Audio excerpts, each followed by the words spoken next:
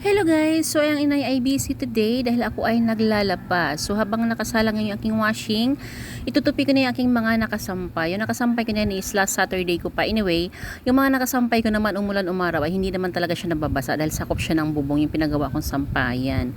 So ngayon dahil kailangan kong magsampay, dahil mamaya konti magbabanlaw na ako. So kailangan ko na siyang tupiin.